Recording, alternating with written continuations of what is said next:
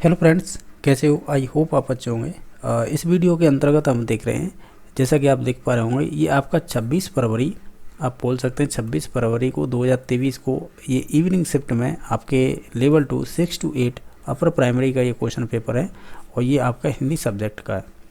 आपको मालूम होगा जो आपकी रीट मेंस एग्ज़ाम हुई हैं आपकी फरवरी 2023 में, वो सभी आपके सब्जेक्ट वाइज क्वेश्चन पेपर हुए हैं। इससे पहले आपको पता है रीट होती थी, उसमें आर्ट्स वाले एक तरफ होते थे और साइंस वाले एक साइड हो जाते थे, दो मतलब एक ही पेपर हो जाता था। लेकिन अब की बार जो प्री के बाद है आपकी मेंस दी गई है, इसमें आपके सब्जेक्ट वाइज क्वेश्चन पेपर हुए थे। इसमें अगर प्राइमरी को जोड़ें तो 8 से 9 क्वेश्चन पेपर हो गए थे, चाहे वो आपका किसी भी लैंग्वेज से संबंधित हो। जैसे कि ये तो हिंदी है, एसएसटी अलग हुआ था, संस्कृत अलग हुआ था, इंग्लिश अलग हुआ था, मैथ साइंस अलग हुआ था, पंजाबी, उर्दू और आपकी सिंधी भाषा, ये सभी के अलग अलग क्वेश्चन पेपर हुए थे। तो ओवरऑल हम जब इस क्वेश्चन पेपर को देखेंगे, इसमें सिलेबस भी देख लेंगे, साथ ही साथ आपके ओवरऑल जो क्वेश्चन पूछे गए हैं वो भी देखेंगे इसी वीडियो के अंतर्गत। ठीक है, तो आप एक बात देखेंगे, इसे हिंदी में पूछा क्या गया था आपको। जैसे कि इसमें बताएगा 2.5 घंटे का समय दिया गया था, 300 का पूर्णांक था, और आपको और क्या जानकारी दे रखी है इसमें, और तो 1/3 नेगेटिव मार्किंग थी। ठीक है, ठीक है, और कोई चीज़ नहीं है। आप एक बात समझ लीजिएगा, फिर इसके बाद हम सिलेबस देख लेंगे।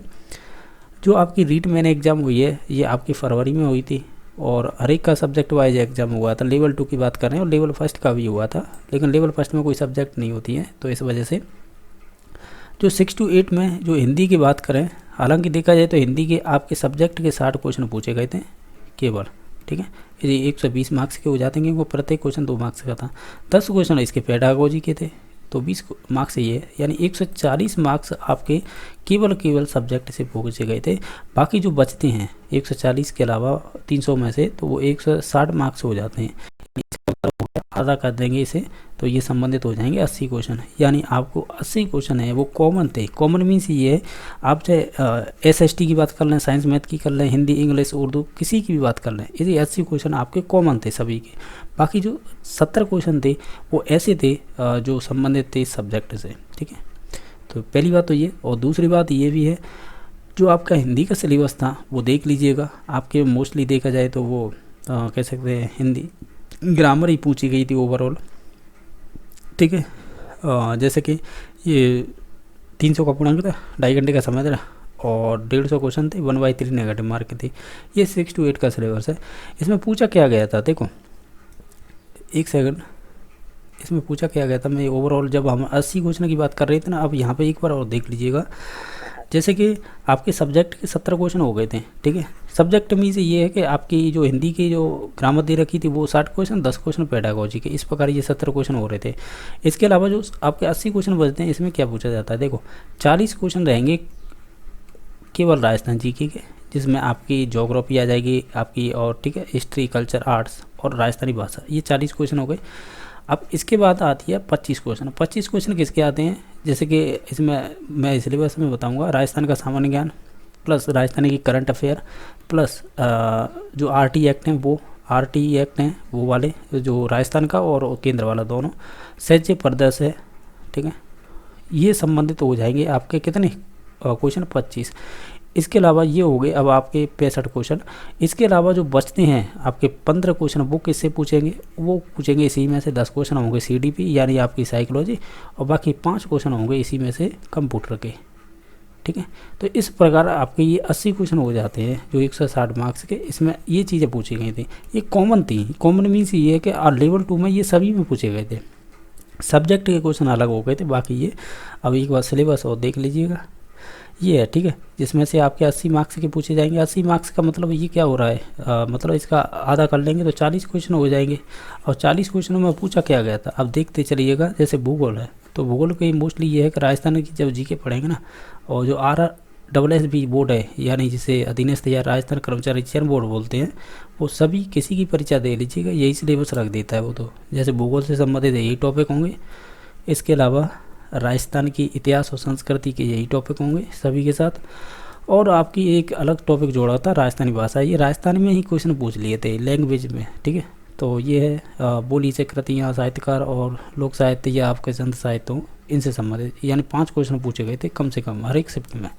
तो ये एक पार्ट हो गया जिसमें 40 क्वेश्चन 2 मार्क्स का, तो ये प्रकार 80 अंक का हो जाता है। अब सेकंड पार्ट आ जाता है, इसमें क्या पूछा जा रहा है 50 अंक। 50 अंक का मतलब 25 क्वेश्चन और दुगना करेंगे तो वो 50 हो जाएगा। इसमें राजस्थान का सामान्य ज्ञान ये टॉपिक थे। शैक्षिक प्रदर्श, शैक्षिक प्रदर्श में क्या था देख लीजिएगा। जो नवाचार होते हैं वो आ जाएंगे, और जो भी राज्य और एवं केंद्र में जो राजस्थान की सरकार की कल्याणकारी योजना है वो हो जाएंगी, और पुरस्कार, और ये स्कूल मैनेजमेंट है तो ये तो फर्स्ट ग्रेड में लगता है, ये भी टॉपिक है, और राष्ट्रीय शिक्षा नीति और राजस्थान के परिप्रेक्ष्य में यहाँ से क्वेश्चन थे। इसके अलावा आपके RT एक्ट है, ये नहीं बोलते हैं निःशुल्क एवं अनिवार्य बाल शिक्षा का अधिकार अधिनियम, और राजस्थान करंट अफेयर। तो ये तो ये आपके RT एक्ट बोलते हैं इसे। तो ये राजस्थान वाला, ये तो केंद्र वाला है, ये राजस्थान वाला है, और जो प्राइवेट स्कूल में उसमें लागू करते हैं तो उसमें क्या रोल होता है इनका, तो ये संबंधित है, ये हो गए। अब आ जाइए इसी में पार्ट 2 में ही आपके ये करंट अफेयर राजस्थान से संबंधित है, यानी ओवरऑल इससे 25 क्वेश्चन बने थे 50 मार्क्स के, ठीक है, इस प्रकार थे। अब आ जाते हैं इसके बाद विद्यालय विषय। विद्यालय विषय वो विषय होती है जो आपके क्वेश्चन बनेंगे जो सब्जेक्ट को लेकर। तो हिंदी के ये टॉपिक थे, वर्णमाला थी, शब्द विचार में जैसे संज्ञा, सर्वनाम, क्रिया, विशेषण, अव्यय आते हैं। बाकी विकारी शब्द में आते हैं लिंग, वचन, कारक, वाच्य, विकारी शब्दों का रूपांतरण, शब्द के प्रकार पूछे थे, उत्पत्ति के आधार पर, रचना के आधार पर, अर्थ के आधार पर, ठीक है, संधि, समास, उपसर्ग, प्रत्यय, शब्द शब्द शुद्धि और वाक्य शुद्धि के प्रकार है, ये भी है। वाक्य के विचार हो गए, विराम चिन्ह, मुहावरे, लोकांकति, शब्द शक्ति, अपघटित जो भी गद्यांश दिया जाएगा आपको, उसका भाव व्याकरण से संबंधित क्वेश्चन, अपघटित पद्यांश भी दिया जाएगा उसी प्रकार क्वेश्चन, और पारिवारिक शब्दावली। हालांकि देखा जाए तो ये आपकी ग्रामर है, मोस्टली यही है आपकी ग्रामर जो आपकी हिंदी की होती है। तो यहाँ से आपके 60 क्वेश्चन थे, कितने मार्क्स के, 120 मार्क्स के, क्योंकि प्रत्येक क्वेश्चन 2 मार्क्स का था। अब इसकी शिक्षण विधियाँ देख लीजिएगा, जिनसे 10 क्वेश्चन बने थे। ओवरऑल देखा जाए ना तो यहाँ पर फ़ायदा मिला था सभी को, जो जिन्होंने RPSC सेकंड ग्रेड की तैयारी कर रखी था उनको। देखो यहाँ पर टीचिंग मेथड है, ये आपके 10 क्वेश्चन रहेंगे, प्रत्येक 2 मार्क्स का, तो इस प्रकार आपके 20 मार्क्स के। ओवरऑल देखा जाए रीट की ये शिक्षण विधियाँ अलग नहीं है, जो रीट की पात्रता देते हैं उसमें यही चीज़ें सब पढ़ते हैं हम, और चाहे सेकंड ग्रेड की तैयारी करते हैं तब भी शिक्षण विधियों में यही चीज़ें पढ़ते हैं, और उसमें तो एक्स्ट्रा पढ़ना पड़ता है, ठीक है। ये हो गए। अब इसके बाद आ जाते हैं आपके CDP मतलब वही है आपकी एजुकेशन मनोविज्ञान है, यानी एजुकेशन साइकोलॉजी बोल सकते हैं, या शैक्षणिक मनोविज्ञान कह लीजिएगा, या CDP।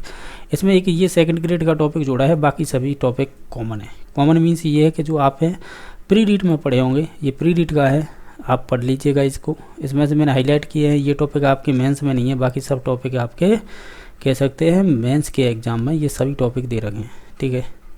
तो जो नहीं है वो मैंने हाईलाइट कर दिए हैं, ठीक है। बाकी आपको पढ़ना सभी पड़ता है, क्योंकि एग्जामिनर कहीं से भी क्वेश्चन बना देता है जब साइकोलॉजी की बात होती है।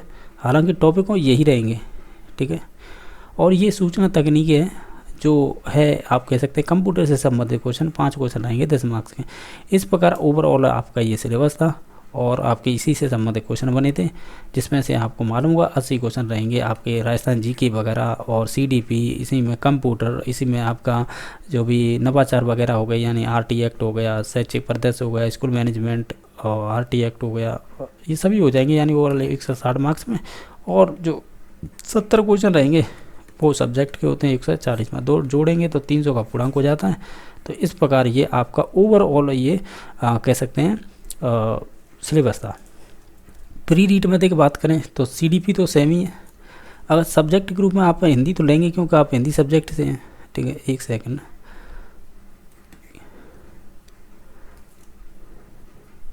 ठीक है। तो ये है। अब हिंदी के में देख लो, इसमें भी देख लो वही चीज़ें हैं, भाषा ग्रुप में जो पात्रता में पढ़ते हैं आप देखेंगे वही शब्द हैं सब, यानी मतलब सिलेबस में ये भी देखो वही चीज़ें हैं जो सिलेबस में दे रखी, ये देखो। और ये शिक्षण विधियाँ हैं, देख लो यहाँ पे 15 क्वेश्चन बनते हैं, 15 यहाँ पर 30 पूछे जाते हैं, और यहाँ पे 60 पूछे जा रहे हैं, यानी इन्हीं टॉपिकों से। ये ओवरऑल देखा जाए तो आप पात्रता में पढ़ के आ रहे हैं, फिर उसे मेंस में भी पढ़ रहे हैं, और फिर इसके बाद इनमें फ़ायदा किन्हें होता है मैं वो देख लेते हैं। ये 65 तक या 66 तक चलेंगे, वो राजस्थान GK और शैक्षिक प्रदर्श वगैरह, ये करंट अफेयर उसमें ही इंक्लूड होगी, ठीक है। जैसे भादला सोलर पार्क स्थित है, ये कहाँ पर स्थित है, तो ये आपके जोधपुर में स्थित है, ठीक है। तो इसका ऑप्शन नंबर B सही हो जाएगा। क्वेश्चन नंबर नेक्स्ट है, इसमें पूछा गया था बीकानेर राज्य जो प्रजा परिषद की स्थापना है कब की गई थी, तो ये आपकी 1942 में की गई थी, तो ऑप्शन नंबर C सही हो जाएगा। ये पर्टिकुलर मैंने बताया ना, जो आपके राजस्थान की चाहे साहित्यकार रहे हों या आपके लोक साहित्य की बात करें या आपके जितनी भी भाषाओं से संबंधित जितने भी ग्रंथ हों चाहे साहित्य में ही आएंगे, वो सभी चीज़ें ये पर्टिकुलर राजस्थानी भाषा में ही पूछ लिए थे। ठीक है, ये कह रहा है कि हर रो हिडलो कद गायो जावे। तो ये आपके के जो राजस्थानी काव्य है, जो दाखला बोल सकते हैं, नाव सु नवो, इसका अगर हिंदी अर्थ निकालेंगे तो क्या हो सकता है? इसका अगर हिंदी अर्थ निकालेंगे तो ये कह सकते हैं हम,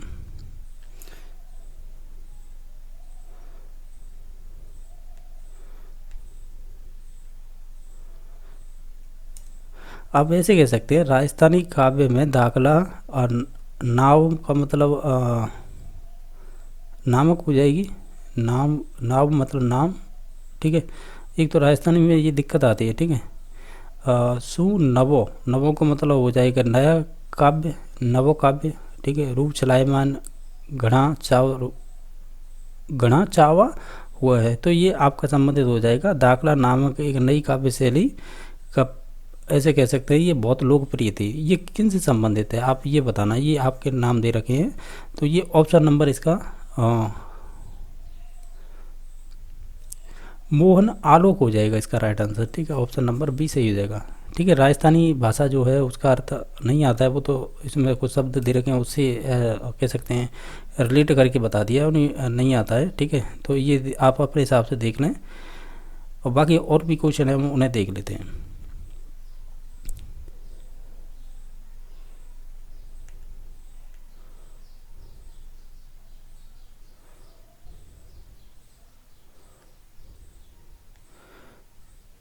अभी क्वेश्चन नंबर है आपका 9वां, वो भी देख लेते हैं।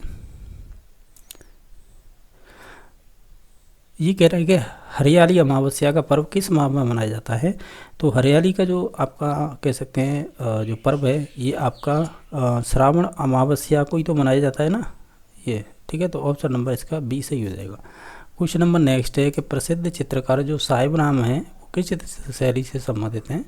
तो ये चित्रकला शैली हो जाएगी आपकी जयपुर वाली शैली से संबंधित हैं, तो ऑप्शन नंबर इसका सी सही हो जाएगा। क्वेश्चन नंबर 11वां है कि राजस्थान में स्त्रियों द्वारा लहरिया किस अवसर पर पहना जाता है? तो लहरिया पहना जाता है आपका अगर आप इन सभी ऑप्शनों को ध्यान से देखेंगे तो सावनी तीज पर पहना जाता है, तो ऑप्शन नंबर ए सही हो जाएगा। क्वेश्चन नंबर नेक्स्ट है, वर्ष 2011 की जनगणना अनुसार राजस्थान में वह जिला जहां शहरी जनसंख्या राज्य में सर्वाधिक रही है। तो अगर देखा जाए तो शहरी जनसंख्या पूछी है सर्वाधिक रही है, तो इसमें से एकमात्र हो जाएगा कोटा। क्वेश्चन नंबर नेक्स्ट है, ये भी आपका राजस्थानी भाषा से पूछ लिया है। किन संतरी वाणियों रो संग्रह अड़भई बाणी रे नाम सु जांडे जावे। ठीक है, यानी ये अड़बे वाणी है, ये किन के ऐसे संत हैं जो ये वाणी है वो कह सकते जानी जाती हैं। तो ये आप देखेंगे इन सभी ऑप्शनों में से, तो ऑप्शन नंबर 1 सही हो जाएगा। रामचरण जी के नाम से जानी जाती हैं, ऑप्शन नंबर ए सही हो जाएगा। क्वेश्चन नंबर नेक्स्ट है, एक जैसे 9 महल, तो ये आपके नाहरगढ़ जयपुर है उनके कह सकते हैं वहाँ पे बने नाहरगढ़ किले में। नेक्स्ट क्वेश्चन नंबर है आपका जून से सितंबर माह में वर्षा में अधिकतम है जो भिन्नता फिलिंदा ब्लैंक ज़िले में अभिलेखित की जाती है, यानी रिकॉर्ड रहता है ये, यानी जून से सितंबर माह में। तो अधिकतम भिन्नता का मतलब ये है कि जैसलमेर में ये ऐसा होता है, तो ऑप्शन नंबर बी सही हो जाएगा। अब क्वेश्चन नंबर नेक्स्ट देख लेते हैं। 16वां नंबर है क्वेश्चन, राजस्थान के किस क्षेत्र की रम्मत अधिक प्रसिद्ध है? तो रम्मत ये आपके बीकानेर की फेमस है। ठीक है, तो ऑप्शन नंबर बी सही हो जाएगा। नेक्स्ट है आपका क्वेश्चन नंबर, ये कह रहा है कि निम्नलिखित में राजस्थान के किस जिले में जो आपकी ISFR 2021 के अनुसार वन क्षेत्र सर्वाधिक है? इसमें क्षेत्र पूछा है तो वो आपका उदयपुर हो जाएगा, तो ऑप्शन नंबर सी सही हो जाएगा। क्वेश्चन नंबर नेक्स्ट है, 1857 की जो क्रांति हुई थी उसकी शुरुआत कहाँ पे हुई राजस्थान में? तो वो आपकी नसीराबाद अजमेर से हुई थी, तो ऑप्शन नंबर ए सही हो जाएगा। पश्चिमी राजस्थानी रो चावो नाम छई, यानी पश्चिमी राजस्थान की बात कर रहा है, तो पश्चिमी राजस्थान का तो मतलब यही होगा जैसलमेर आपका जोधपुर हो गया, और ठीक है, तो हम मारवाड़ बोलते हैं उसे, आप ऐसे भी अंदाज़ा लगा सकते हैं कि पश्चिमी राजस्थान को ही हम मारवाड़ी बोलते हैं। बाकी मेवाती होगा नहीं, माल भी होगा नहीं, जयपुरी तो डूलाड वाला क्षेत्र है, ये तो इधर आ जाता है। तो हम कहेंगे सी नंबर ऑप्शन सही हो जाएगा।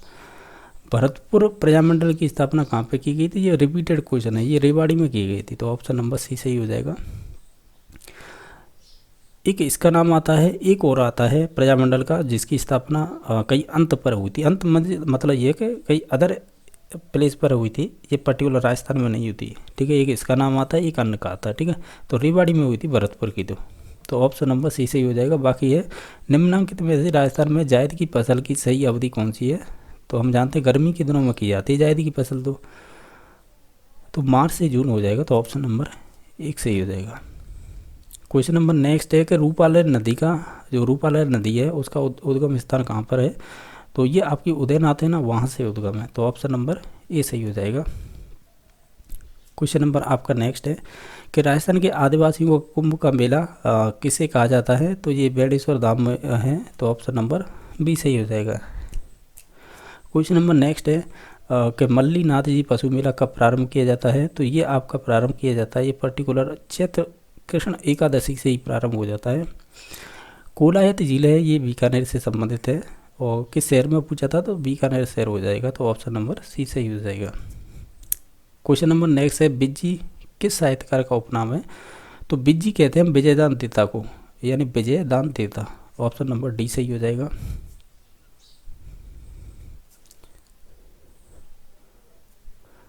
क्वेश्चन नंबर आपका नेक्स्ट है, जो हो जाएगा नेक्स्ट क्वेश्चन नंबर, कुंभलगढ़ दुर्ग का प्रारंभिक संस्थापक कौन है? कुंभलगढ़ दुर्ग की बात की जाए तो हम मानते हैं ऐसा कि प्रारंभिक संस्थापक रहेगा वो संप्रति रहेगा, ऑप्शन नंबर डी सही हो जाएगा। क्वेश्चन नंबर नेक्स्ट है कि बीसलपुर रास की री कथा में नायक नायिका कौन है? जो बीसल देव रासो है, तो निश्चित तौर से इसमें नायक नायिका हो जाएंगे आपकी जो आपका राजा बीसल देव हो जाएगा वर्सेज राणा राजमती, तो ऑप्शन नंबर 1 सही हो जाएगा। क्वेश्चन नंबर नेक्स्ट है कि जो गणेश सभ्यता किस नदी के किनारे है? तो ये आपकी कांतली नदी है, इसी के किनारे है, तो ऑप्शन नंबर सही हो जाएगा। पर्यटन स्थल है आपकी चाँद बावड़ी कहाँ पर अवस्थित है? तो ये आवानेरी में स्थित है, तो ऑप्शन नंबर सी सही हो जाएगा। अब क्वेश्चन नंबर नेक्स्ट देख लेते हैं, जो होगा आपका 31 नंबर। राजस्थान का जो कीचन गांव है वो किसके लिए कैसा जाना जाता है या फेमस है? उसके लिए हम कहेंगे कुरंजा पक्षी के लिए फेमस है, तो ऑप्शन नंबर 1 सही हो जाएगा। अब क्वेश्चन नंबर 32 पर है, राजस्थान में कौन सी मृदा है जो स्टर्स उप मृदाकरण का विशेष महत्व रखती है? तो आप देखेंगे इसमें से क्रोमोस्टर्स, तो ये संबंधित हो जाती उप मृदाकरण का विशेष महत्व, ये पूछा है, तो इसका राइट आंसर हो जाएगा वर्टिसोल्स। क्वेश्चन नंबर नेक्स्ट है, राजस्थान में जो स्वर्ण आइस के भंडार मुख्यतः किस जिले में अनुमानित किए गए हैं? तो ये बांसवाड़ा हो जाएगा इसका right answer, option number A सही हो जाएगा। डूंगरपुर और बांसवाड़ा की खेतरी मुख्य बोली कौन सी है? तो वो हो जाएगी सेकावाटी हो नहीं सकती, राठी नहीं राजावाटी, तो बागड़ी हो जाएगी, ऑप्शन नंबर ए सही हो जाएगा। क्वेश्चन नंबर नेक्स्ट है, जोधपुर के राठौड़ राजवंश का संस्थापक कौन था? तो ये सिंपल ही क्वेश्चन पूछ लिया था, वो रासिया हो जाएगा, ऑप्शन नंबर ए सही हो जाएगा। बांसवाड़ा जिले के जैसे सिवानिया हैं, कालाखूटा है, घाटिया क्षेत्र, फिल इन द ब्लैंक्स खनिज के भंडारण के लिए जाना जाता है। ये किसके लिए जाना जाता है? तो ये जाना जाता है आपके मैग्नीज के लिए, ठीक है, तो ऑप्शन नंबर डी सही। क्वेश्चन नंबर आपका नेक्स्ट है, ये कह रहा है कि जो आपकी सिलीसेड है, जिसे हम सिलीसेड लेक पैलेस बोलते हैं, राजस्थान के फिल इन द ब्लैंक्स पर जो आपका पर्यटन सर्किट होता है में स्थित है, ये किस में आती है? ये बताइएगा। जो सिलीसेड लेक पर पैलेस है, तो ये आती है ब्रिज मेवात में, ऑप्शन नंबर सी सही हो जाएगा। अब क्वेश्चन नंबर आपका 39वां है, ये कह रहा है कि तेजाजी का जन्म कहाँ पर हुआ था? अगर तेजाजी के जन्म की बात करें हम, तो इनका जन्म हुआ था खड़नाल नागौर में, तो ऑप्शन नंबर बी सही हो जाएगा। अब क्वेश्चन नंबर 40वां है कि जो आपका राम सागर वन विहार अभ्यारण्य है, ये धौलपुर में स्थित है, तो ऑप्शन नंबर ए सही हो जाएगा। क्वेश्चन नंबर, अब देखो 40 तक जो भी हमने क्वेश्चन किए थे आपको मालूम होगा, तो मैंने आपको बताया था कि यहाँ तक ये आपके राजस्थान की जो पर्टिकुलर जीके थी जो सिलेबस में दे रखी थी, तो यहाँ तक 40 तो क्वेश्चन पूछ लिए और प्रत्येक 2 मार्क्स का था, यानी 80 मार्क्स के तो अब तक क्वेश्चन बन चुके हैं। अब यहाँ के बाद जो आएंगे ना, ये 25 क्वेश्चन होंगे जिसमें आपकी राजस्थान की जो सामान्य ज्ञान है वो, साथ ही साथ आपके RT एक्ट, साथ ही साथ आपकी सहचे प्रदेश, साथ ही साथ राजस्थान की करंट अफेयर। तो इस प्रकार आपके ये क्वेश्चन बनेंगे, ठीक है, 25 से यहाँ से आगे। तो ये पहले देख लेते हैं, करंट अफेयर से बनी है। ये कह रहा है, निर्माण श्रमिकों के बच्चों द्वारा किसी अंतर्राष्ट्रीय खेल प्रतियोगिता में भाग लेने पर राजस्थान सरकार द्वारा कितनी प्रोत्साहित राशि प्रदान की जाती है? तो वो 2 लाख रुपए प्रदान किए जाते हैं। तो ऑप्शन नंबर ए सही हो जाएगा। क्वेश्चन नंबर नेक्स्ट है कि नई शिक्षा नीति 2020 के अनुसार कक्षा 5 तक के विद्यार्थियों के लिए शिक्षा का माध्यम निम्न प्रकार रखा गया है, किसे रखा गया है? हम जानते हैं उनकी शिक्षा होनी चाहिए मातृभाषा या स्थानीय भाषा में। क्वेश्चन नंबर नेक्स्ट है, प्रारंभिक शिक्षा से तात्पर्य क्या होता है? हम कहते हैं कि 1 to 8 तक जो भी शिक्षा होती है ना, उसे हम प्रारंभिक शिक्षा बोलते हैं। हालांकि प्राइमरी का मतलब 1 to 5 ही होता है, लेकिन प्रारंभिक शिक्षा की बात करेंगे ना, तब ध्यान रखना है आपको, तब आंसर करना है आपको कक्षा 1 से लेकर 8 को प्रारंभिक शिक्षा बोलते हैं, ठीक है। क्वेश्चन नंबर नेक्स्ट है, विश्वामित्र दातिच फिल इन द ब्लैंक के क्षेत्र में योगदान के लिए फेमस हैं ये, तो ये संबंधित हो जाएंगे आपके साहित्य से। कोठारी आयोग के अध्यक्ष कौन है? ये आपके उदयपुर से ही संबंधित हैं, तो ये क्वेश्चन में उनका नाम ही नहीं दे रखा है तो डिलीट किया गया था ये क्वेश्चन।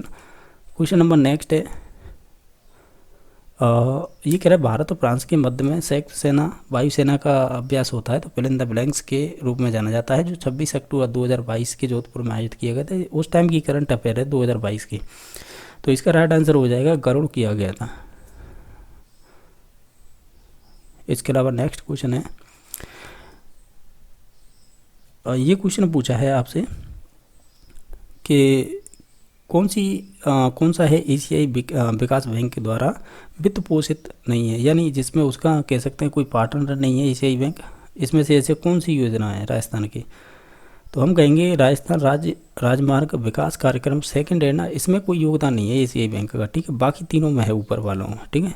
नेक्स्ट देख लेते हैं, राजस्थान की जो मुख्यमंत्री निःशुल्क जो जाँच योजना है ये कब प्रारंभ की गई थी, ये पूछा है। तो ये प्रारंभ की गई थी 7 अप्रैल 2013 को।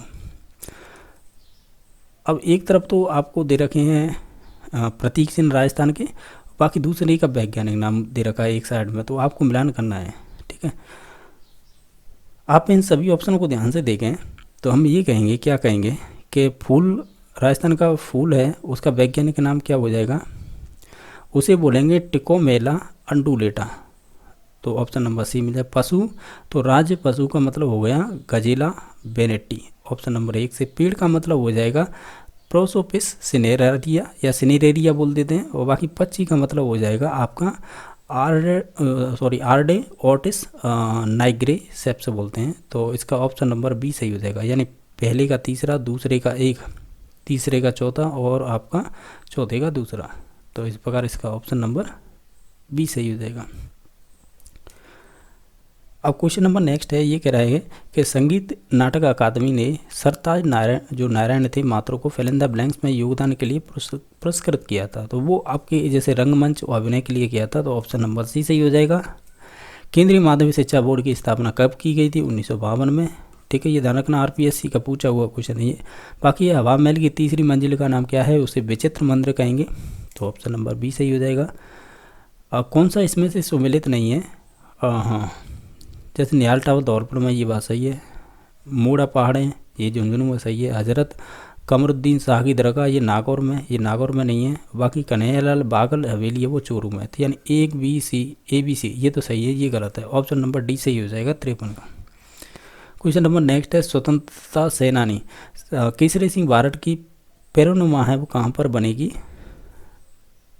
तो ये बनेगी भाई साहब आपकी कह सकते हैं हम सापरा भीलवाड़ा में, तो ऑप्शन नंबर सी सही हो जाएगा। नेक्स्ट देख लेते हैं, 25% आरक्षित सीटों में से fill in the blank seat अनुसूचित जाति व अनुसूचित जनजाति के अतिरिक्त असुविधाग्रस्त समूह वर्ग के बच्चों के लिए आरक्षित की गई है। कितने % की गई है? तो वो आपकी 16% की गई, तो ऑप्शन नंबर डी सही हो जाएगा।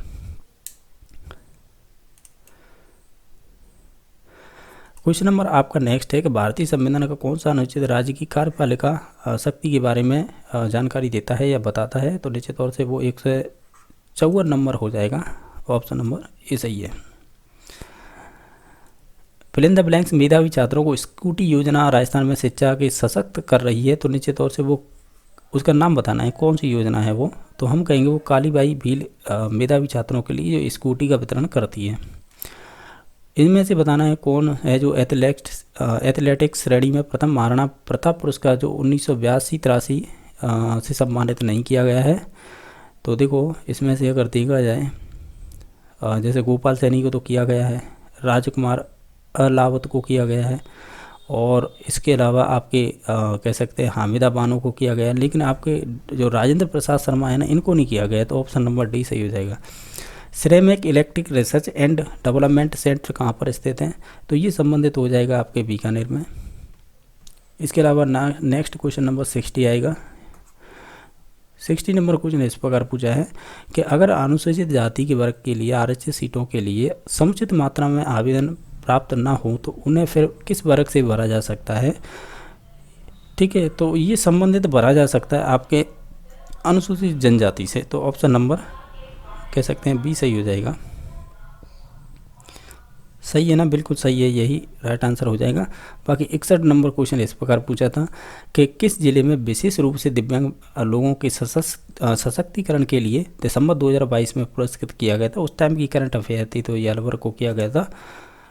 ये आपकी वही है, नई शिक्षा नीति 2020 में स्कूली शिक्षा 10+2 पैटर्न के स्थान पर इनमें से किस पैटर्न को अपनाया गया है? तो वो आपका 53-34 को अपनाया गया है। तो 5-3-3-4।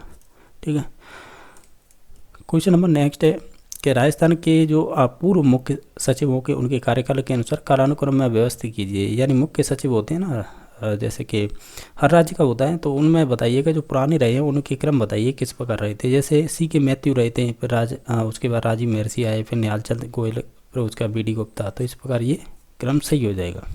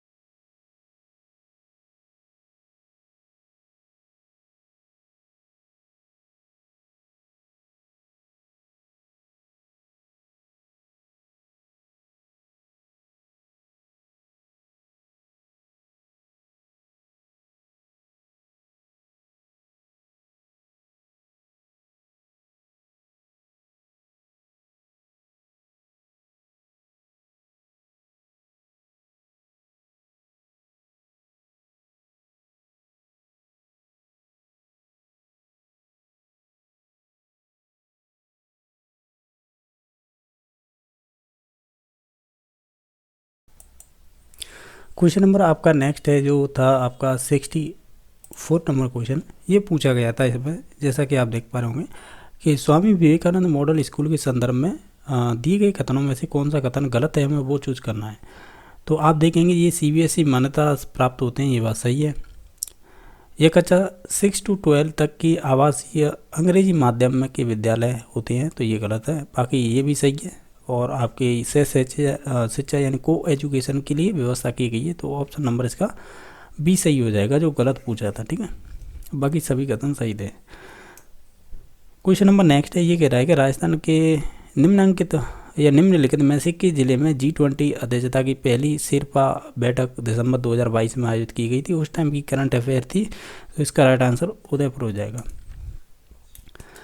अब देखो, हमने यहाँ तक जो क्वेश्चन किए हैं ना, वो आपके संबंधित थे 25 क्वेश्चन, जिसमें आपके राजस्थान जी के राजस्थान का सामान्य ज्ञान और राजस्थान का करंट अफेयर और आपके RT एक्ट और साथ ही साथ आपकी शैक्षिक परिदृश्य। ठीक है, तो ये संबंधित थे, इससे 25 क्वेश्चन है, ये अब तक हो चुके हैं। अब इसके बाद है जो आपके यहाँ से स्टार्ट होंगे 66 से लेकर आगे आपके 70 क्वेश्चन आएंगे लगातार। ठीक है, जो आपके सब्जेक्ट के होंगे, यानी हिंदी सब्जेक्ट के। तो देख लेते हैं, इसमें से शुद्ध वाक्य पूछा है कि बिल्कुल सही बताइएगा इसमें से कौन सा वाक्य सही है। तो आप देखेंगे, क्या देखेंगे कि इसमें से देखो, अनेकों नाम, अनेक अपने आप में प्लूरल होता है, उसमें अनेकों लगाने से ये गलत हो जाएगा। इसमें बहुत लगाने से ये कह सकते हैं गलत हो जाएगा। अब ये है कि काशी, देखो भारतीय संस्कृति का केंद्र रहा है, तो फिर सदा इसमें लगाने की ज़रूरत नहीं है। फिर ऑप्शन नंबर इसका सी सही हो जाएगा, यानी एक गाय, 2 घोड़े और 1 बकरी मैदान में चर रही हैं, ये कथन सही हो जाएगा। इसमें से बताना है स्त्रीलिंग शब्द नहीं है, चट्टान है और ये भी चमक है और आपकी चपला भी हो जाएगा, लेकिन चंदन है ना, ये आपका हो जाएगा पुल्लिंग। ठीक है, तो ऑप्शन नंबर इसका बी सही हो जाएगा। क्वेश्चन नंबर नेक्स्ट देख लेते हैं। इसमें पूछे उच्चारण स्थान, ये संस्कृत में चलते हैं सूत्र, उससे हाल पता पड़ जाता है। हाल पता मम्मी से अकु विसर्जन नाम कंटा, तो इससे हो जाएगा। लरतूसा नाम दंता, इससे मिल जाएगा। ये ना यानी आपके जितने भी वर्ण होते हैं ना, जो आपके पंचम वर्ण होता है मोस्टली, वो ना से कहीं होता है, तो ना हो जाएगा। और ये शरीर वाला सा होता है, इसे तालु से इसका उच्चारण स्थान होता है, इस प्रकार है। इसके सूत्र भी होते हैं, करीबन 7-8 होते हैं, उसे डायरेक्टली आप पता कर सकते हैं किसी का भी। ये कह रहा है कि संबंध बोधक अव्यय प्रयुक्त किया गया है, संबंध बोधक। ये क्वेश्चन बोर्ड के द्वारा डिलीट किया गया था। ठीक है, नेक्स्ट क्वेश्चन नंबर है, इसमें से जातिवाचक संज्ञा से निर्मित भाववाचक संज्ञा नहीं है, वो बतानी है। जैसे कि पशु अपने आप में एक देखा जाए तो, हालांकि तो आप भी समझ रहे होंगे, पशु एक जातिवाचक है, इससे भाववाचक बन सकती है पशुता। ये बंधु है, बंधु अपने आप में एक जातिवाचक हो जाए, उससे भाववाचक बन जाएगी बंधुत्व। तो ये क्वेश्चन डिलीट किया गया था बोर्ड के द्वारा। ठीक है, नेक्स्ट क्वेश्चन देख लेते हैं। एरिया शब्द का मतलब हिंदी पारिभाषिक शब्द है, इसका मतलब क्षेत्रीय होता है। क्वेश्चन नंबर आप देखेंगे नेक्स्ट 72 नंबर आप देख रहे होंगे। इसमें पूछा है मतेक शब्द का संधि विच्छेद क्या होगा, तो आप भी जानते होंगे, इसका होगा मत प्लस एक, तो ऑप्शन नंबर सी सही हो जाएगा। फारसी शब्द नहीं है इसमें से, अगर देखा जाए इन सभी ऑप्शनों को ध्यान से, तो इसमें से जो आपका इलाज है ना, ये शब्द नहीं होगा। बाकी आबरू, आवारा, चश्मा, ये सभी फारसी शब्द हो जाएंगे। अब वर्तनी की दृष्टि से अशुद्ध शब्द बताना है इसमें से, जैसे बूढ़ा सही है, रूढ़ ऐसे ही तो लगते हैं, सही है। बड़ाई करना, तो ये भी सही है। और ये सोडा है ना, इसमें ये बिंदी नहीं लगती नीचे की साइड में जो लग रही है, ये नहीं लगेगी। जैसे रसायन विज्ञान में हम पढ़ते हैं, यानी केमिस्ट्री में, जैसे सोडा वाटर, उसका फॉर्मूला लिखवाते हैं, तो हम सोडा ऐसे ही लिखते हैं, फिर वाटर तो जो लिखते हैं वैसे ही लिखते हैं सामान्य तौर से, तो हम सोडा वाटर लिखते हैं ना, ऐसे लिखते हैं। तो हालांकि इससे पहचान सकते थे, इस बिंदी का ही खेल है इसमें, शायद हो सकता है यही इसका, वैसे तो राइट आंसर यही है, इसका लॉजिक यही हो सकता है। ठीक है, बाकी नेक्स्ट देख लेते हैं। इसमें से भाषा की लघुत्तम लिखित इकाई कौन सी है, तो वो वर्ण हो जाएगी। ठीक है, तो ऑप्शन नंबर डी सही हो जाएगा। क्वेश्चन नंबर नेक्स्ट है, इनमें से बताना है कि क्रिया के बारे में कौन सा कथन करता है। पहला ऑप्शन, क्रिया से काम करने काम के करने या होने की बोध होता है, तो ये बात सही है। क्रिया एक अविकारी शब्द है, अविकारी नहीं होगा, ये विकारी शब्द होता है, ठीक है। तो इसका ऑप्शन नंबर बी फिर सही हो जाएगा, क्योंकि बाकी ऑप्शन फिर सही होंगे, जैसे क्रिया धातु है, संज्ञा या विशेषण शब्दों से ही बनती हैं। रचना की दृष्टि से क्रिया के अकर्मक और सकर्मक दो प्रकार के भेद होते हैं, तो ये कह सकते हैं ऑप्शन नंबर बी सही हो जाएगा। बाकी कथन सही थे, बी जो था गलत था। क्वेश्चन नंबर नेक्स्ट है कि योग रूढ़ शब्द का उदाहरण कौन सा होगा, इसमें से एक दंत हो जाएगा, ऑप्शन नंबर डी सही हो जाएगा। इसमें आपको एक पद्यांश दे रखा है, इस पद्यांश को पढ़ लीजिएगा, उस पढ़ने के बाद है आपको नीचे दिए गए क्वेश्चन का आंसर देना होगा। वो क्या पूछा है, भारत का आंगन कब तक मुस्कराएगा, तो वो जीवन भर मुस्कराएगा। ये आपको इस पद्यांश को पढ़ते हुए इसका राइट आंसर देना था। अब क्वेश्चन नंबर नेक्स्ट है 79 जो पूछा गया है।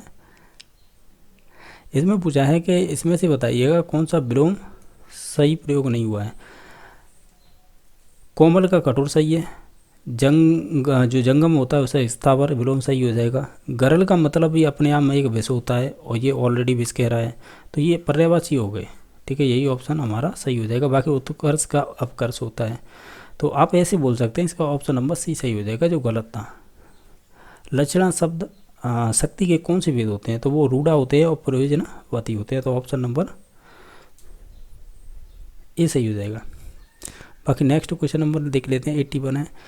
किस वाक्य में उद्धरण यानी उद्धरण चिन्ह का प्रयोग किया गया है, या उद्धरण चिन्ह बोलते हैं इसे, तो वो जो कामयानी है वो जयशंकर प्रसाद की सर्वश्रेष्ठ कहती है, तो ये यहाँ पर जो चिन्ह लगा है वो उद्धरण चिन्ह नहीं है। क्वेश्चन नंबर नेक्स्ट है, वो आम खा रहा है, इसमें अशुद्धि बताइएगा। आम को खा रहा है, तो ये कारक चिन्ह लगाना जरूरी नहीं है, तो ऑप्शन नंबर बी सही हो जाएगा, यानी कारक संबंधी इसमें अशुद्धि है। क्वेश्चन नंबर नेक्स्ट है कि वर्तन की दृष्टि से कौन सा समूह सही शब्दों का इसमें से चूज करना है। जैसे वृद्धि ऐसे ही लिखते हैं, योद्धा भी ऐसे ही लिखते हैं, सामर्थ, यानी ऑप्शन नंबर बी सही हो जाएगा। क्वेश्चन नंबर कितना था 83। क्वेश्चन नंबर आपका नेक्स्ट है अंतस्थ व्यंजन नहीं है, तो अंतस्थ व्यंजन होते हैं यर अलावा, तो इसमें व ये नहीं आ गया, ये वाला व आता है वकारा दंतुष्ट वाला, तो ये वाला नहीं आएगा, तो ऑप्शन नंबर डी सही हो जाएगा। क्वेश्चन नंबर नेक्स्ट है कि इसमें से मुहावरा उसका अर्थ सुमेलित नहीं है, जैसे कि अंगारों में पैर रखना, जोखिम मोल लेना सही है, कलेजे पर सांप लेटना, नफरत करना, ये गलत हो जाएगा। बाकी ये नब्ज पहचानना यानी स्वभाव जानना, देवता पर कूच मारना यानी घबरा जाना, तो ऑप्शन नंबर इसका बी सही हो जाएगा। हरकत का अनेकार्थक शब्द होगा, यानी अनेकार्थक शब्द होगा, इसमें से समूह चूज करना था। हरकत का मतलब गति और चेष्टा, ये दोनों हो जाएंगे, ऑप्शन नंबर इसका ए सही हो जाएगा। क्वेश्चन नंबर नेक्स्ट है, ये कह रहा है कि अपने से बड़ों का आदर करना उचित है, वाक्य में रेखांकित शब्द का कौन सा सर्वनाम है, तो ये आपका अपने, अपना, ये सब निजवाचक सर्वनाम में आते हैं, तो ऑप्शन नंबर डी सही हो जाएगा। एक शहर से दूसरे, एक देश से, मैंने शेर बोल दिया क्या, माफ़ी चाहूँगा उसके लिए। एक देश से दूसरे देश में माल भेजना वाक्यांश के लिए एक शब्द होता है, उसे हम बोलते हैं निर्यात, ऑप्शन नंबर डी सही हो जाएगा। क्वेश्चन नंबर आपका नेक्स्ट है, इसमें से अशुद्ध शब्द आपको चूज करना था, तो इसमें से पहला ही ऑप्शन होगा प्रदर्शनी, ऐसे थोड़ी लिखते हैं हम, तो ऐसे लिखते हैं प्रदर्शनी, ऐसे लिखते हैं, ये ऊपर चढ़ता है ऐसा के प्रदर्शनी, सही है ना, तो ये तो प्रदर्शनी लिख रहा है, तो इस प्रकार इसका ऑप्शन नंबर ए सही हो जाएगा। क्वेश्चन नंबर आपका नेक्स्ट है, जातिवाचक संज्ञा से भाववाचक संज्ञा शब्द कौन सा होगा, इसमें से आप इन सभी ऑप्शनों को ध्यान से देखेंगे तो ऑप्शन नंबर एक सही हो जाएगा। और क्वेश्चन नंबर आपका 91 नंबर है, प्रभा एक सुशील कन्या है, वाक्य में विशेष्य है, हालांकि इसमें अंडरलाइन नहीं किया है, वैसे इसके प्रभाव हो जाएगा, लेकिन फिर भी ये क्वेश्चन डिलीट किया गया था, ये ध्यान रखना है, ठीक है। नेक्स्ट क्वेश्चन नंबर है आपका 92 नंबर क्वेश्चन। इसमें आपसे पूछा है कि बताइएगा इसमें से मिश्र वाक्य का उदाहरण कौन सा है। जैसे हम खाना खा चुके हैं, साधारण वाक्य हो जाएगा। जो लोकप्रिय होता है उसका सम्मान सभी जगह करते हैं, ये भी बात सही है, लेकिन हम बताएंगे ये कौन सा है। अच्छे लड़के परिश्रमी होते हैं, ये भी एक सरल वाक्य हो जाएगा। और ये है कि वह अस्वस्थ था इसलिए वह परीक्षा में सफल ना हो सका। अब हालांकि देखा जाए और से जुड़ जाता है तो वो आपका संयुक्त वाक्य हो जाता है, तो ये संयुक्त हो गया। बाकी ये दोनों वाक्य थे साधारण थे, तो फिर ऑप्शन नंबर बी सही हो जाएगा। ये आपका मिश्र वाक्य हो जाएगा। जो कभी लोकप्रिय होता है उसका सम्मान सभी करते हैं, ठीक है, तो ऑप्शन नंबर बी सही हो जाएगा। क्वेश्चन नंबर अब नेक्स्ट दे रखा है, एक आपको पद्यांश दे रखा है और 93 क्वेश्चन से लेकर 95 तक आपको कह सकते हैं ये संबंधित इस पद्यांश से ही पूछे जाएंगे। तो एक बार देख लीजिए ये, उसके बाद हम डायरेक्टली क्वेश्चन देख लेते हैं। जो 93 नंबर क्वेश्चन है इसमें पूछा है कि धरती पर स्वर्ग जैसा सौंदर्य कब होता है। जब आप इस गद्यांश को पद्यांश को पढ़ेंगे तो ये बसंत में निकल के आता है इसका राइट आंसर, यानी ये बसंत की बात हो रही थी। सौरभ शीतल से क्या अभिप्राय है इसमें, अगर आप पद्यांश को पढ़ेंगे तो उसमें बताया गया है कि जो सुगंधित वातावरण से, तो ऑप्शन नंबर सी सही हो जाएगा। अली का पर्यायवाची क्या होगा, तो वो मधुप होगा, ठीक है, तो ऑप्शन नंबर टी सही हो जाएगा। 96 नंबर क्वेश्चन है कि योगरूढ़ शब्द कौन सा है इसमें से, तो आप इन सभी ऑप्शनों को ध्यान से देखेंगे तो त्रिनेत्र हो जाएगा, ठीक है। नेक्स्ट क्वेश्चन नंबर है, निवारण शब्द में उपसर्ग कौन सा होगा, अगर देखा जाए तो ये ऑप्शन नंबर सी हो जाएगा। क्वेश्चन नंबर 98 है और 97 देख लिए। 98 जो प्रमाण से सिद्ध हो सके हैं वाक्यांश के लिए एक शब्द है वो प्रमेय कहलाती है, एक तरह से थ्योरम, ठीक है, तो ऑप्शन नंबर टी सही हो जाएगा। पुरुषवाचक सर्वनाम भेदों की संख्या कितनी है, यानी प्रकार कितने हैं, तो वो 3 होते हैं, तो ऑप्शन नंबर इसका बी सही हो जाएगा। शुद्ध वाक्य का चयन करना है,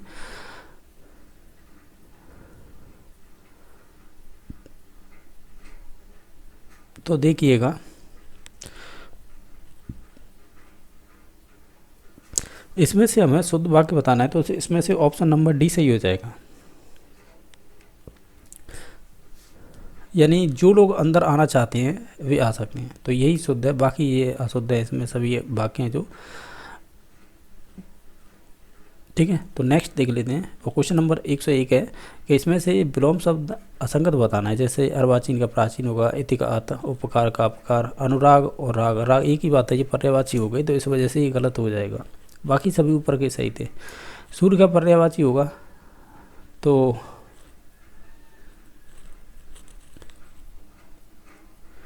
इसमें से सविता हो जाएगा, ठीक है, यानी अंशु, प्रकाश, रश्मि ये नहीं होगा, ऑप्शन नंबर इसका सी सही हो जाएगा, सविता। ये कह रहा है कि समूह में अश्व यानी घोड़े के सभी पर्यायवाची हैं, तो आप घोड़ा, तुरंग, हाया यही हो जाएगा, ऑप्शन नंबर सी सही हो जाएगा। तत्सम शब्द का चयन कीजिएगा इसमें से, अगर देखा जाए इनमें से तत्सम शब्द, तो देखो गेहूँ तो होगा नहीं, और आपका घोड़ा भी नहीं होगा, और काजल नहीं होगा, तो अमृत हो जाएगा इसका राइट आंसर। प्रत्यय से निर्मित शब्द का चयन कीजिए, झगड़ा प्लस आलू झगड़ालू हो जाएगा, तो ऑप्शन नंबर ए सही हो जाएगा। क्वेश्चन नंबर नेक्स्ट है, क्रिया विशेषण शब्द का चयन कीजिएगा।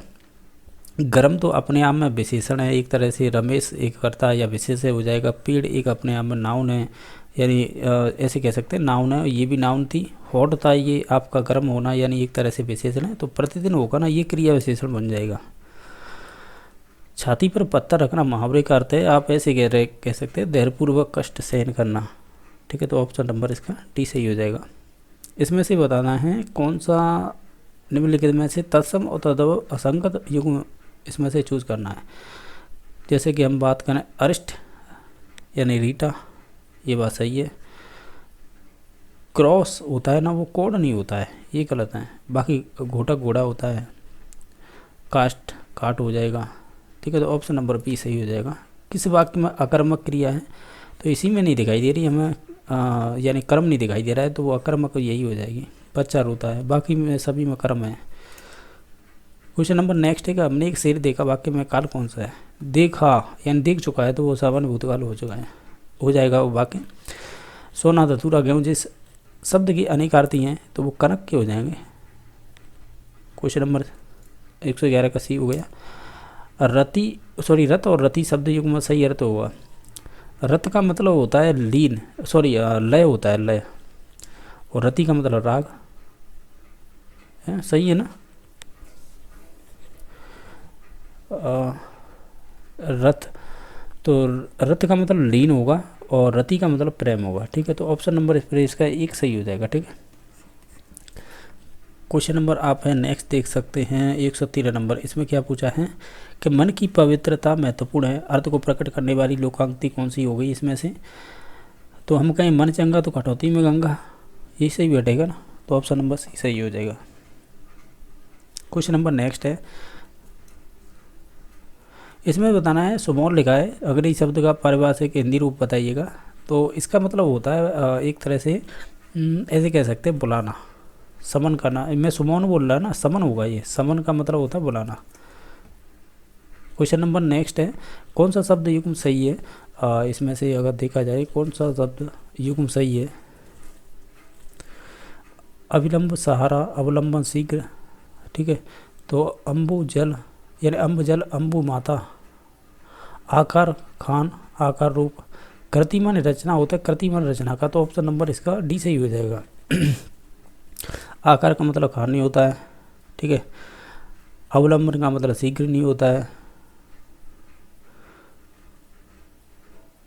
ठीक है। तो इस प्रकार इसका ऑप्शन नंबर हमें डी सही लग रहा है, यही सही हो जाएगा। नेक्स्ट क्वेश्चन नंबर है, संयुक्त वाक्य बताइएगा जिसमें और कहाँ जुड़ रहा है, और ये वाला, तो यही सही हो जाएगा, सी नंबर ऑप्शन।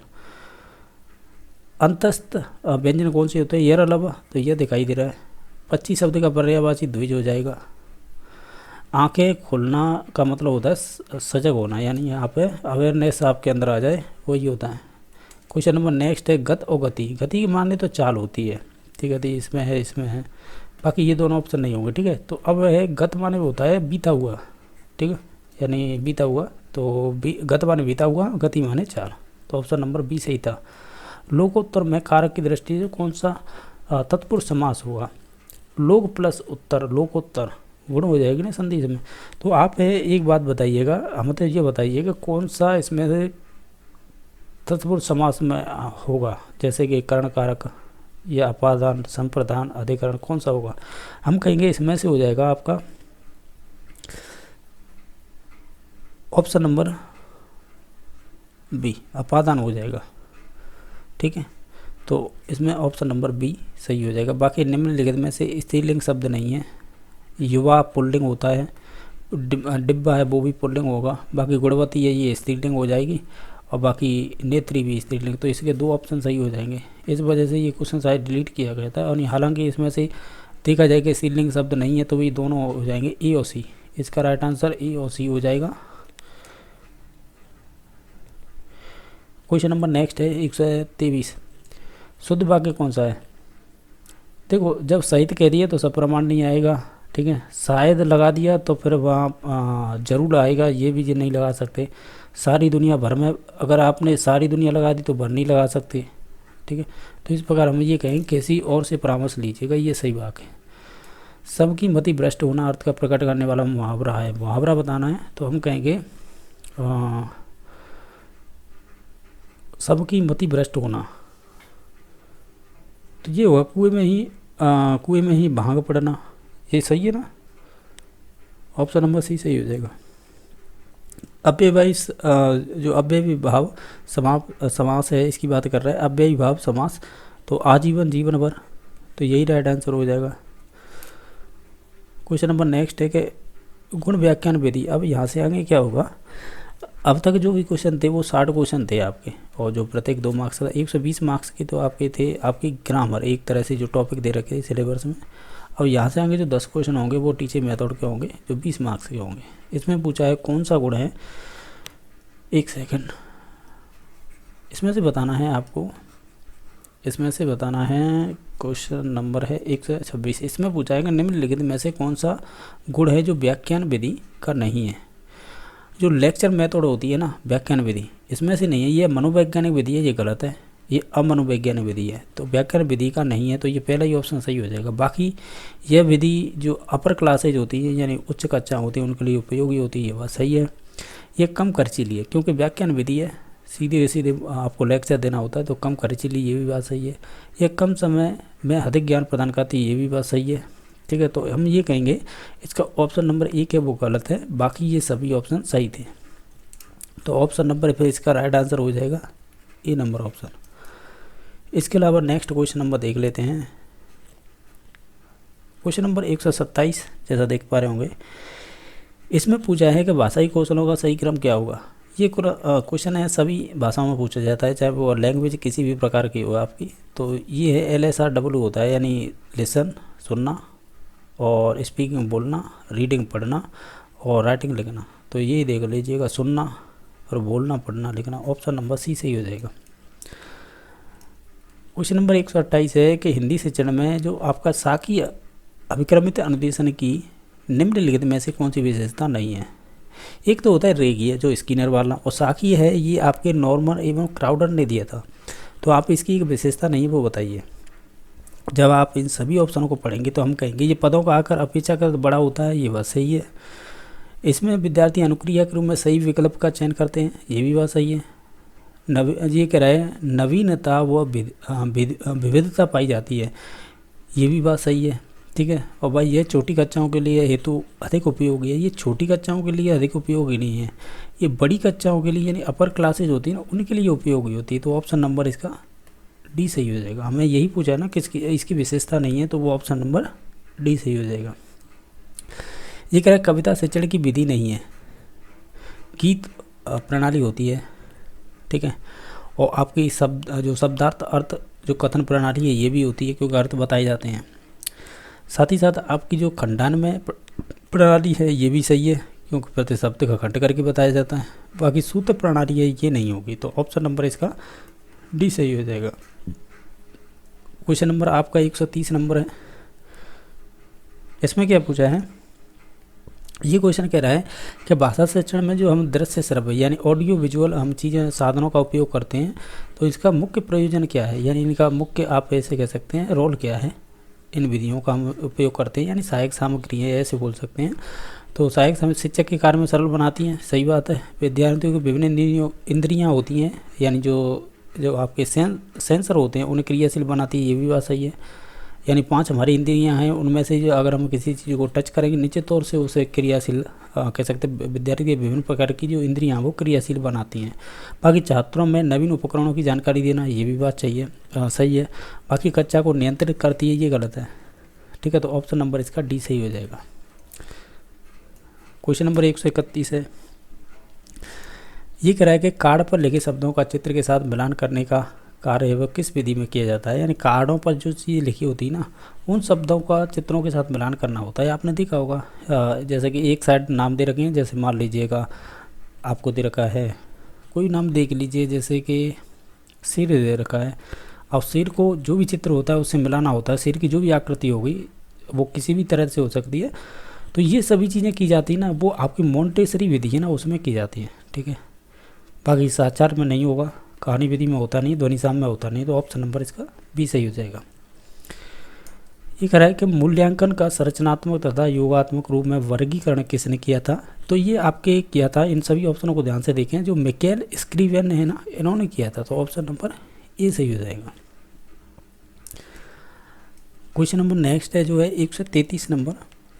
इसमें पूछा है कि निदानात्मक परीक्षाएं ली जाती हैं, क्यों ली जाती हैं। हम कहेंगे छात्रों की जो कमजोरी का पता लगाने के लिए ली जाती हैं। ठीक है। तो ऑप्शन नंबर बी सही हो जाएगा। क्वेश्चन नंबर नेक्स्ट है कि असत्य कथन बताइएगा। मापन एकांकी मूल्यांकन बहुमुखी है, यानी मापन तो एकांकी है और मूल्यांकन बहुमुखी है, ये बात सही है। मापन का क्षेत्र सीमित होता है, मूल्यांकन का विस्तृत होता है, ये भी बात सही है। मापन परिमाणात्मक अभिव्यक्ति दिखाता है, जबकि मूल्यांकन परिमाणात्मक दिखाता है, साथ ही साथ आपकी गुणात्मक अभिव्यक्ति दिखाता है, ये भी बात सही है। मापन के अभाव में मूल्यांकन का कार्य वैज्ञानिक है, ये गलत है। मापन के अभाव में मूल्यांकन का कार्य है वैज्ञानिक है, ऐसा कहना ये गलत है। ठीक है। क्योंकि ये तो मापन तो केवल एक पक्ष बताता है, वो है एकांकी कह लो या सीमित क्षेत्र कह लो या परिमाणात्मक। ठीक है। तो इस वजह से ये गलत हो जाएगा। तो ऑप्शन नंबर इसका डी सही हो जाएगा। हमें यही पूछा था कौन सा कथन आ सकते हैं। क्वेश्चन नंबर 135 है। निदानात्मक परीक्षण का मुख्य उद्देश्य क्या होता है, ये बताइएगा। देखो छात्रों की कमजोरी का पता लगाना, इससे पहले जो क्वेश्चन था ना वो परीक्षण क्यों किया जाता है वो उससे संबंधित था, लेकिन यहाँ पर तो इसका मुख्य उद्देश्य पूछा है। इससे पहले क्वेश्चन देखिएगा जो 133 नंबर था, जो आपकी निदानात्मक परीक्षा ली जाती है वो क्यों ली जाती है, बच्चे की कमजोरी का पता लगाने। अब इसे देखिएगा, निदानात्मक परीक्षण का मुख्य उद्देश्य क्या होता है, तो हम कहेंगे विद्यार्थी की उपलब्धि स्तर जाँचना। ठीक है। वो किस स्तर पर चल रहा है, सीख रहा है या नहीं सीख रहा है, नहीं सीख रहा है तो उसके लिए निदानात्मक परीक्षण हो जाता है। फिर उससे उसके बाद उपचारात्मक परीक्षण करते हैं। तो इस प्रकार का ये इसका मुख्य उद्देश्य होता है, विद्यार्थी के स्तर की जांचना होता है। ठीक है। तो ऑप्शन नंबर इसका बी सही हो जाएगा। अब यहाँ से आगे जो भी ये क्वेश्चन थे अब तक कह सकते हैं आपके 10 क्वेश्चन है ये पेडागोजी के पूछे जाते हैं, उनसे थे। अब बाकी हैं ये आपके CDP के आएंगे, यानी CDP के आपके 10 क्वेश्चन हैं वो आगे अब ये आएंगे 36 से लेकर जो भी क्वेश्चन होंगे 40 तक। तो देख लेते हैं। इसमें पूछा है, आप ध्यान से देखेंगे, ठीक है। एक 8 वर्षीय बालक है, अपने छोटे भाई की तरह घुटनों पर चलता है। तो ये उदाहरण किसका है? ये प्रतिगमन का है। प्रतिगमन मीन्स ये होता है रिग्रेशन। आप हैं जब प्रक्षेपी अप्रक्षेपी विधियाँ पढ़ेंगे ना, तो उनके अंतर्गत हम इन चीज़ों को पढ़ते हैं, या समायोजन की युक्तियाँ होती हैं उनमें पढ़ते हैं हम इसे, ठीक है। तो ऑप्शन नंबर इसका ये सही हो जाएगा। हालांकि ये ध्यान रखना ये समायोजन की सभी युक्तियाँ हैं, ठीक है। और ये पहचानना होता है कौन सी प्रक्षेपी है कौन सी अप्रक्षेपी है उस आधार पर, ठीक है। तो इसमें से राइट आंसर 1 नंबर ऑप्शन हो जाएगा। क्वेश्चन नंबर नेक्स्ट है, जो आपके स्पीरमैन है उन्होंने 2 फैक्टर थ्योरी दी थी, बाद में इसे 3 फैक्टर कहते हैं। लेकिन इसमें एक तो जी कारक था, एक एस कारक था, इसके मध्य में एक ग्रुप फैक्टर और जोड़ा था इन्होंने, तो इसे त्रिकारक भी बोल देते हैं और आपके 2 कारक फैक्टर थ्योरी भी बोल देते हैं, ये ध्यान रखना है। तो स्पीरमैन की अवधारणा के अनुसार जी का मतलब क्या होता है? सामान्य बुद्धि से होता है, ठीक है। तो ऑप्शन नंबर सी सही हो जाएगा। अब नेक्स्ट क्वेश्चन नंबर देख लेते हैं। ये क्वेश्चन है 138 नंबर, ये ऑलरेडी आपके RPSC सेकंड ग्रेड में पूछा हुआ क्वेश्चन है। दिया नवीनतम चलचित्र जो आपकी दृश्यम 2 देख रही है, यानी आपको ये मूवी है दिया है, वो मूवी देख रही है, कौन सी? दृश्यम 2। क्योंकि वो नायक को उसके परिवार की स्थिति को जानने के लिए सब्र नहीं कर पा रही है, तो वो उत्तम उदाहरण किसका है? तो वो आंतरिक कह सकते हैं अभिप्रेरणा का होगा, क्योंकि वो अंदर से ये जानना चाह रही है। अंदर मीन्स ये कि उसकी खुद की मर्जी है। क्वेश्चन नंबर नेक्स्ट है, ये कह रहा है एक अदिति प्रातःकालीन कक्षा जाने के कारण नाश्ता कभी कभी कर पाती है। पेट खाली रहने पर वह पेट में गड़गड़ाहट होने के कारण उसे खाने की इच्छा होती है।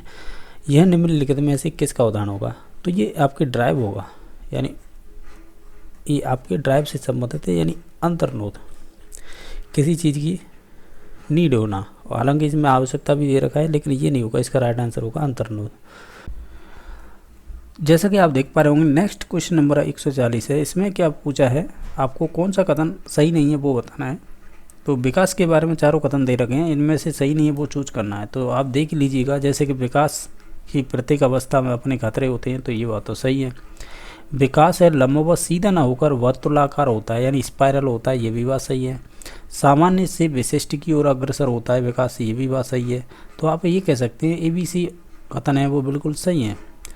विकास की गति जो विकास की गति होती है उसकी दर कैसी होती है? एक जैसी रहती है, ये कह रहा है, जबकि ऐसा नहीं होता है। विकास की जो दर होती है वो भिन्न भिन्न होती है, आप ऐसे कह सकते हैं। तो इसका ऑप्शन नंबर डी सही हो जाएगा, क्योंकि हमें गलत पूछा था। अब नेक्स्ट क्वेश्चन नंबर देख लेते हैं, जो 141 नंबर क्वेश्चन होगा। शिक्षा मनोविज्ञान की वह शाखा है जो शिक्षण व सीखने से संबंधित है। यह कथन किसका है? तो ये रटने वाली चीज़ें हैं, यानी रटने मीन्स ये है कि आपको ये ऐसी परिभाषाएं याद रखनी होंगी। ये कथन किसका है शिक्षा मनोविज्ञान में? जैसा कि देख पा रहे होंगे, क्वेश्चन नंबर नेक्स्ट है जो है 142 नंबर।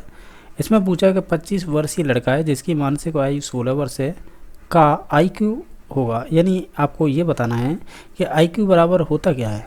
यानी इसे बोलते हैं इंटेलिजेंट क्वाटिएंट, यानी बुद्धि लब्धि बराबर होता है MA मानसिक आयु बट्टे CA यानी शारीरिक आयु मल्टीप्लाई 100। ये सूत्र है टर्मन का। जब बुद्धि चैप्टर पढ़ेंगे तो टर्मन है, उन्होंने 1916 में ये सूत्र दिया था, इसी से निकालते हैं बुद्धि लब्धि।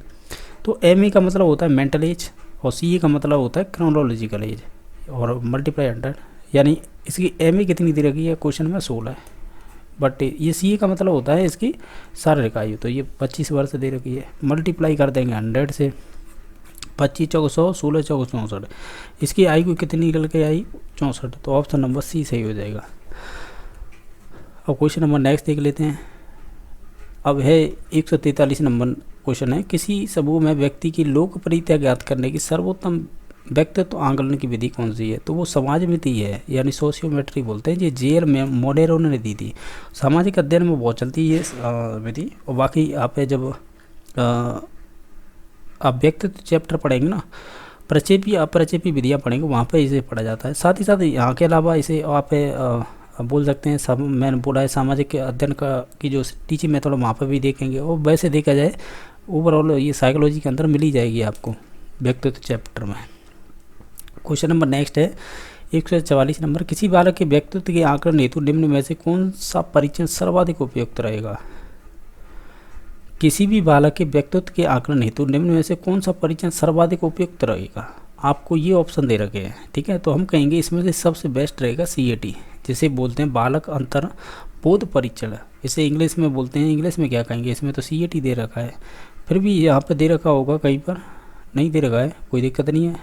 तो इसे बोलते हैं, C से होता है चाइल्ड, अंतर्बोध का मतलब होता है एप्रियंसेस, ठीक है, और T से टेस्ट हो जाएगा, ठीक है। तो ऑप्शन नंबर A सही हो जाएगा। क्वेश्चन नंबर नेक्स्ट है, इसमें पूछा है जिस प्रक्रिया में व्यक्ति दूसरों के व्यवहार को देखकर सीखता है न कि प्रत्यक्ष अनुभव के को कहते हैं। अगर आप है ये कह रहा है कि दूसरे के व्यवहार को देखकर सीखता है, तो ये मतलब हो रहा है कहीं ना कहीं सामाजिक अधिगम। ये आपके अल्बर्ट बांडुरा ने दिया था। अल्बर्ट बांडुरा ने क्या दिया था, बांडुरा, ये बेबी डॉल के नाम से सिद्धांत जाना जाता है, या बेबी डॉल पर इन्होंने प्रयोग किए थे। इसे बोलते हैं सोशल लर्निंग थ्योरी। इसमें बात करते हैं अल्बर्ट बांडुरा का व्यवहार को देखकर बच्चा ले सकता है, तो इसमें स्टेप भी बताए गए हैं, ठीक है। इसमें मतलब बहुत इंपॉर्टेंट है ये आपका अल्बर्ट बांडुरा का सामाजिक अधिगम सिद्धांत। बाकी अनुबंधन की बात तो पावलर करते हैं, प्रायोगिक अधिगम और आकस्मिक अधिगम होता है, जिसे इंसिडेंटल बोलते हैं, और एक एक्सपीरियंस लर्निंग है। ये अलग अलग थ्योरी हैं, और जैसे नाम आएंगे हम उस हिसाब से बताएंगे डायरेक्टली इसका मनोवैज्ञानिक से। नेक्स्ट क्वेश्चन नंबर है 140, अनसॉलिसिटेड यानी अनसॉलिसिटेड ईमेल को क्या कहते हैं। अनसॉलिसिटेड ईमेल को क्या कहते हैं, उसे स्पैम कहेंगे। ऑप्शन नंबर A सही हो जाएगा। क्वेश्चन नंबर नेक्स्ट है, फिल इन द ब्लैंक्स एक तकनीक है जिसके द्वारा डेटा वेयर हाउस में से सामरिक जानकारी को निकाला जा सकता है, तो ये ऑप्शन नंबर हो जाएगा, डेटा माइनिंग बोलते हैं। क्वेश्चन नंबर नेक्स्ट है, कोबोल में CO का क्या दर्शाता है। CO क्या दर्शाता है, ये क्वेश्चन डिलीट किया गया था, ठीक है। वैसे देखो कोबोल एक भाषा होती है उच्च स्तरीय कंप्यूटर की। क्वेश्चन नंबर नेक्स्ट है कि निम्नलिखित में से कौन सा है सुरक्षा की प्रक्रिया से संबंधित नहीं है। अगर इन ऑप्शनों को ध्यान से देखेंगे तो ये भी क्वेश्चन है फिर बोर्ड के द्वारा डिलीट किया गया था। क्वेश्चन नंबर नेक्स्ट है कि गैर कानूनी प्रतिलिपि और सॉफ्टवेयर का वितरण करना कहलाता है। आप इन सभी ऑप्शनों को देखेंगे तो यहाँ से तो ऑप्शन नंबर इसका D सही हो जाएगा।